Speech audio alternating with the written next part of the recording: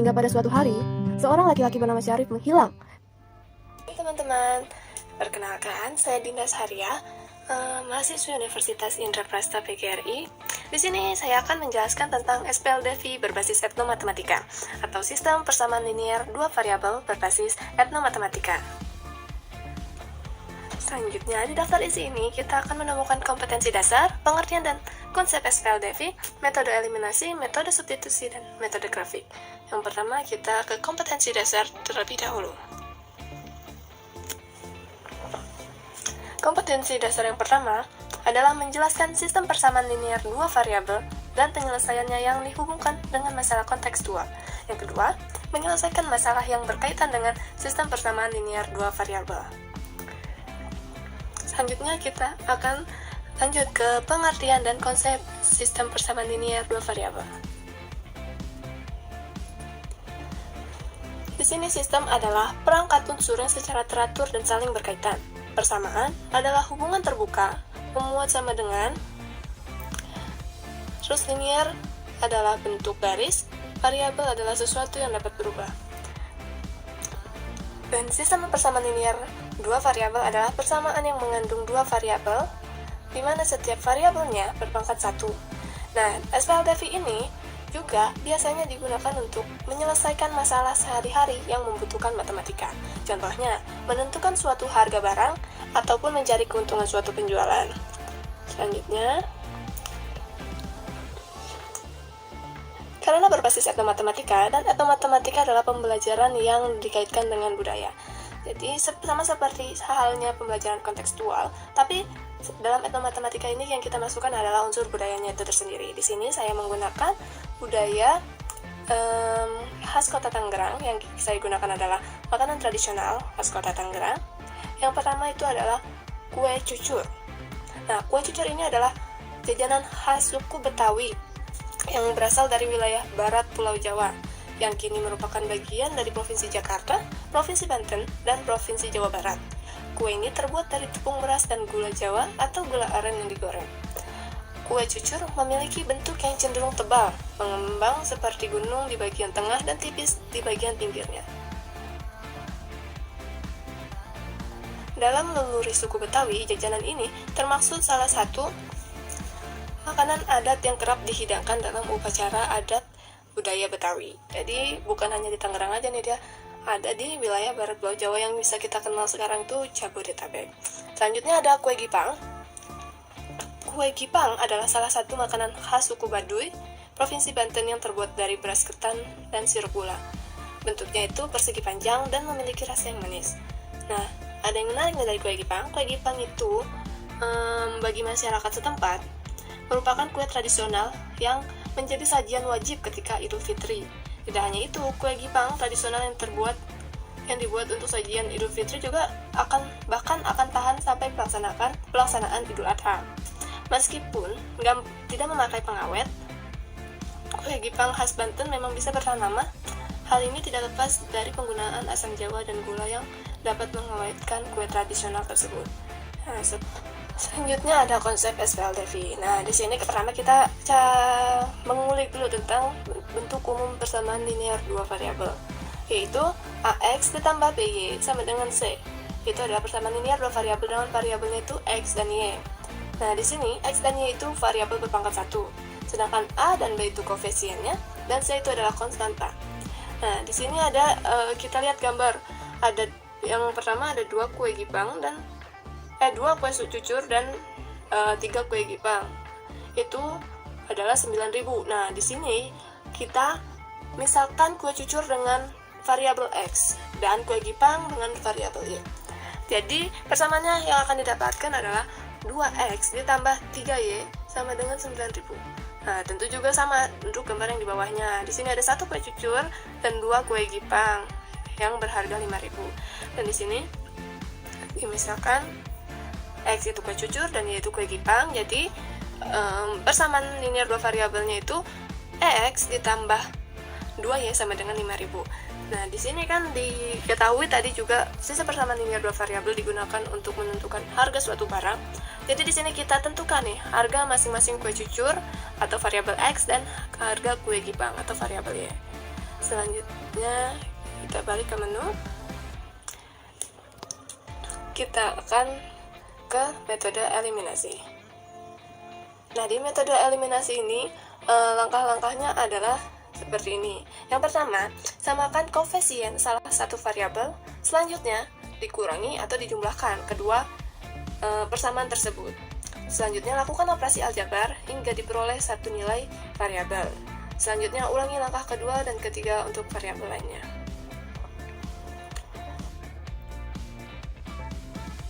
Selanjutnya kita ke metode substitusi. Di metode substitusi ini berbeda caranya dengan eliminasi. Tadi sudah kita coba juga di contoh soal yang kedua.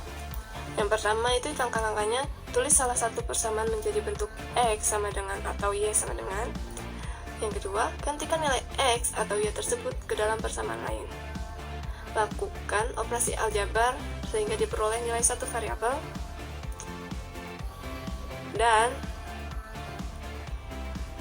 masukkan nilai variabel itu ke dalam salah satu persamaan, didapatkan nilai variabel lainnya.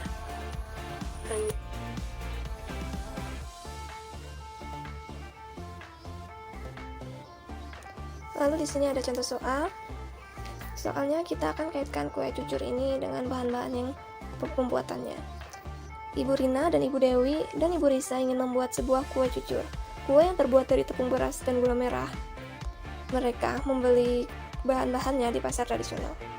Ibu Rina membeli 250 gram tepung beras dan 150 gram gula merah dengan harga Rp8.000. Sedangkan Ibu Dewi membeli 300 gram tepung beras dan 200 gram gula merah dengan harga Rp10.100. Jika Ibu Risa ingin membeli 175 gram tepung beras dan 200 gram gula merah, berapa harga yang harus Ibu Risa bayar? Di sini berarti ada belanjanya Ibu Rina dan Ibu Dewi. Nah, untuk Ibu Rina kita buat sebagai persamaan pertama dan Ibu Dewi kita buat sebagai persamaan yang kedua. Nah, di sini tepung beras kita gantikan sebagai variabel X. Terus gula merah kita ganti sebagai variabel Y. Jadi, untuk persamaan pertama adalah 250X atau tepung beras ditambah 150Y atau gula merah yang dibeli Ibu Rina sama dengan 8.000. Lalu untuk persamaan kedua itu ada 300X atau 300 gram tepung beras ditambah 200Y atau 200 gram gula sama dengan Rp10.100. Nah, setelah mendapatkan persamaan pertama dan persamaan kedua, kita harus menyamakan salah satu variabelnya. Di sini kita akan samakan variabel Y-nya menjadi 600. Di persamaan pertama kita membutuhkan kita akan kalikan 4 supaya variabel Y-nya 600. Menjadi 10.000X ditambah 1000X ditambah 600Y sama dengan 32.000. Sedangkan untuk persamaan kedua kita akan kalikan dengan 3 supaya variabel Y-nya 600. Tadi hasilnya 900X ditambah 600Y sama dengan 30.300. Nah, lalu kita kurangi, kita eliminasi kedua persamaan tersebut yang kita hitung. 10.000X dikurangi 1000X dikurangi 900X sama dengan 100X. Selanjutnya 600Y dikurangi 600Y sama dengan 0 sama dengan 32.000 dikurangi 30.300 sama dengan 1.700. Nah, kita bisa hitung X-nya, berarti X sama dengan 1.700 dibagi 100. X sama dengan 17. Nah, di sini X-nya adalah 17, lalu kita substitusikan nilai X tersebut ke dalam persamaan yang pertama. Nah, di sini kita masukkan ya nilai X yang kita sudah ketahui. Jadi, yang persamaan pertama itu adalah 250X ditambah 150Y sama dengan 8.000. X-nya kita ganti menjadi 17, akan menjadi 250 dikali 17 ditambah 150Y sama dengan 8.000. Hasilnya adalah 4.250 ditambah 150Y sama dengan 8.000. Nah, kita hitung 150Y sama dengan 4.250-nya kita pindah ruaskan menjadi negatif. Jadi 8.000 dikurangin 4.250. Nah, di sini Y-nya adalah sama dengan 3.750 per atau dibagi 150 yang hasilnya adalah 25. Kita temukan Y-nya adalah 25. Nah, lalu untuk mencari berapa sih harga belanjaannya Ibu Risa, kita akan masukkan nilai X dan Y yang sudah kita ketahui ke dalam persamaannya. Di sini ada 175 gram tepung beras, berarti 175X ditambah 200 gram gula merah, berarti 200Y. Jadi 175X ditambah 200Y. Nah, kita coba jumlah. Jadi buka kurung 175 dikali 17 tutup kurung ditambah 200 dikali 25 yaitu Y-nya. Tutup kurung. Nah, hasilnya adalah 2.975 ditambah 5.000 sama dengan 7.975. Maka harga yang harus dibayar Ibu Risa adalah 7.975.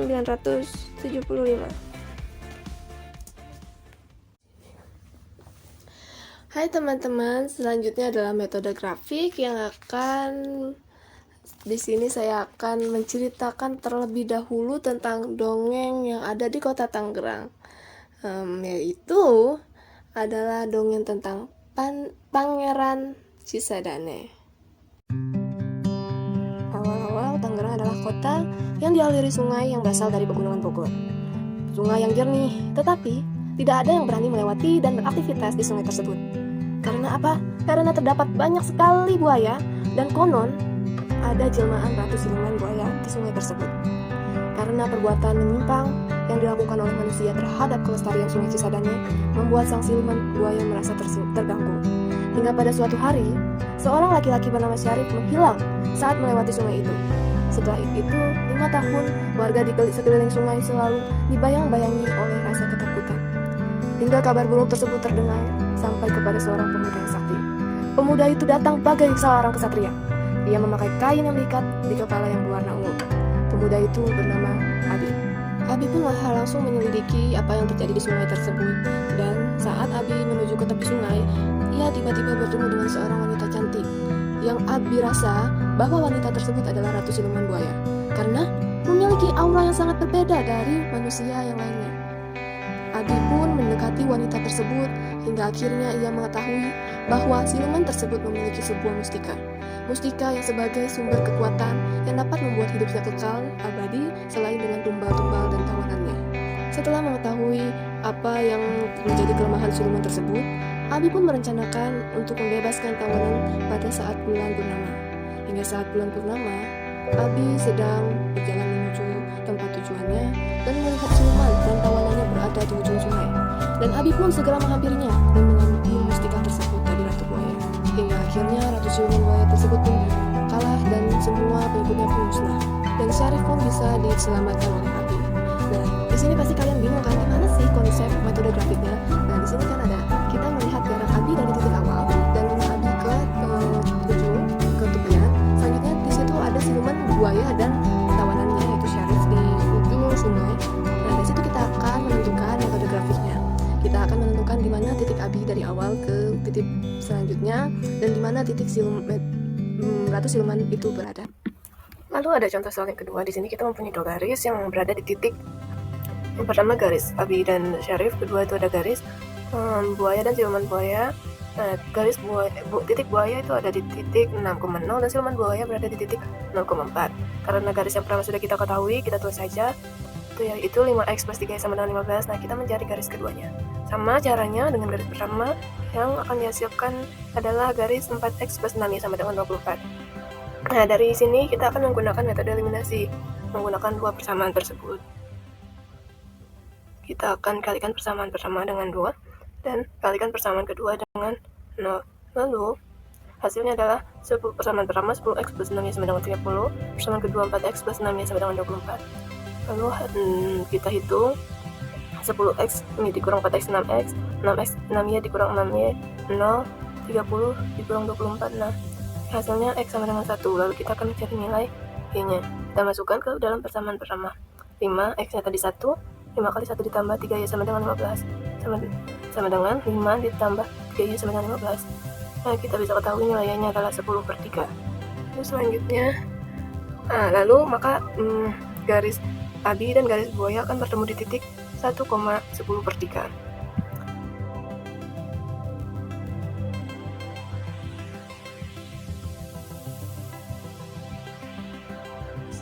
Itu saja dari saya, kurang lebihnya mohon maaf. Wassalamualaikum warahmatullahi wabarakatuh.